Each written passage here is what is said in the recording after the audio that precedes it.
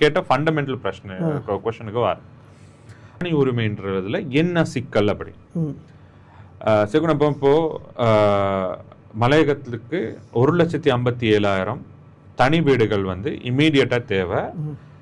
அதாவது ரொம்ப ரொம்ப பேட் ஷேப்ல இருக்க லைன் வீடுகளை இல்லாமக்கி அவங்களுக்கு தனி வீடுகள் கொடுக்கறது.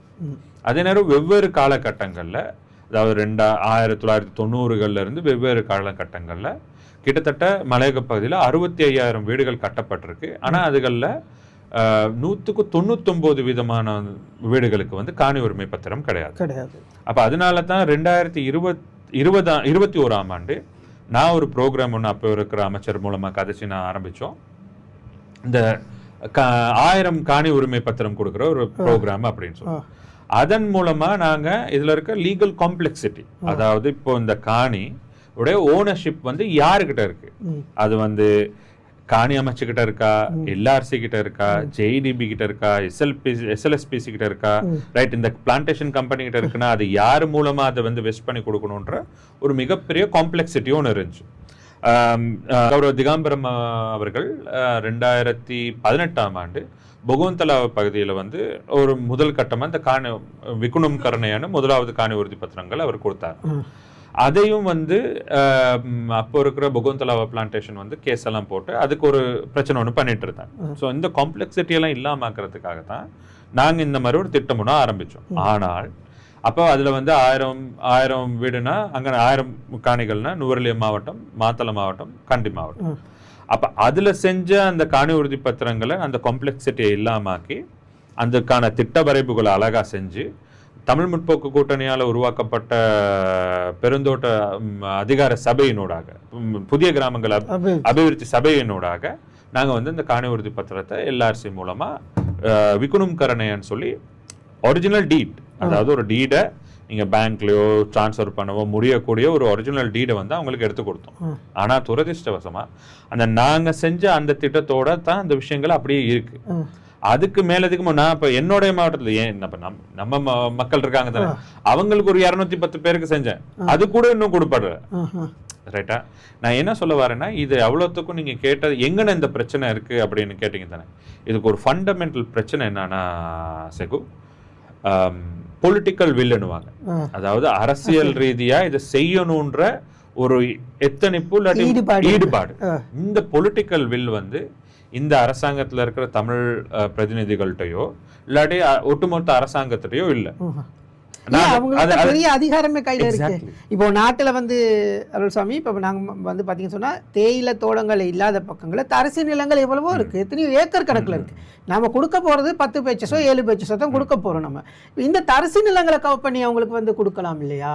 இப்ப அதாங்க நான் என்ன சொல்ல வரேன்னா, இப்போ நான் இந்த இனவாதமா கதைக்கிறேன்னு தப்பா நினைச்சுக்காங்க. இந்த சிங்கள ஏகாதிபத்தியம் அது இனவாதம் இல்லை, அது இருக்கு, அது ஒரு எக்ஸ்ட்ரீமிசம். அந்த எக்ஸ்ட்ரீமிசமோட ஐடியாலஜி என்னன்னா, தமிழ் மக்களுக்கு நீங்க காணி கொடுத்துட்டீங்கன்னா பெருந்தோட்டத்துல இருக்க காணிகள்லாம் இல்லாம போயிடும். இப்ப நான் சொன்ன இந்த 1,57,000 பேருக்கும் காணி கொடுத்து, நான் சொன்ன இந்த 65,000-70,000 பேருக்கும் காணி உறுதி பத்திரம்லாம் கொடுக்கறதா இருந்தா கூட நம்மளுக்கு கிட்டத்தட்ட 2 லட்சம் ஹெக்டேர், நான் வந்து சொல்லல விவசாய நிலம் வந்து 6 லட்சம் ஹெக்டேர், அல்ல தேயிலை தோட்டத்தோட சம்பந்தப்பட்டது 2 லட்சம் ஹெக்டேர்.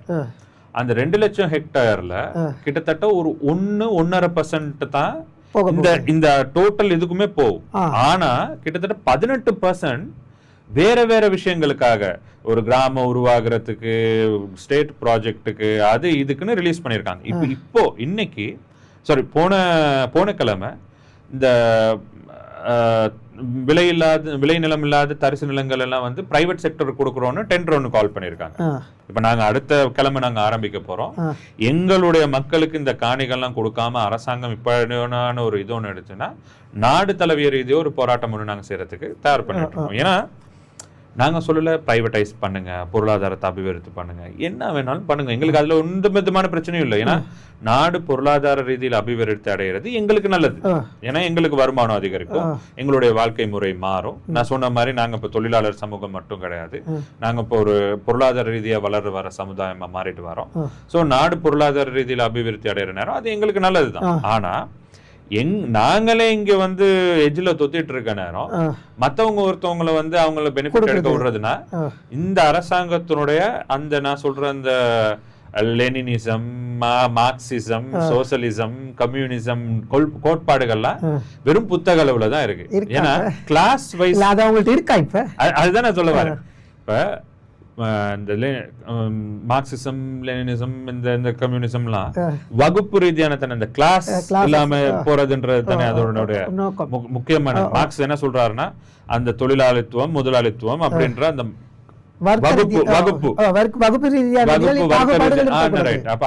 அப்ப அவங்க யாருக்கு உதவி செஞ்சிருக்கணும்? அந்த வகுப்பு ரீதியா கீழே பாதிக்கப்பட்டவங்களுக்கு. அதை தாண்டி இப்ப யாருக்கு உதவி செஞ்சுக்கிட்டு இருக்காங்க? முதலாளித்துவத்துக்கு தான் உதவி செஞ்சுருக்காங்க. சோ எங்களோட எல்லாம் முதலாளித்துவம் உள்ள ஒரு அரசா தான் இந்த அரசாங்கம் செயல்பட்டு இருக்காங்க. அதுதான் என்னுடைய டேக். சோ என்ன பொறுத்த வரைக்கும் உங்களுடைய கேள்விக்கு ப்ரிசைஸா பதில் சொல்லணும்னா பொலிட்டிக்கல் வில், அந்த பொலிட்டிக்கல் வில் இல்லாத ஒரு இடத்துல எந்த விதமான ஒரு ப்ரோக்ரெசிவ்னஸ் இருந்தாலும் அதை செய்ய முடியாது.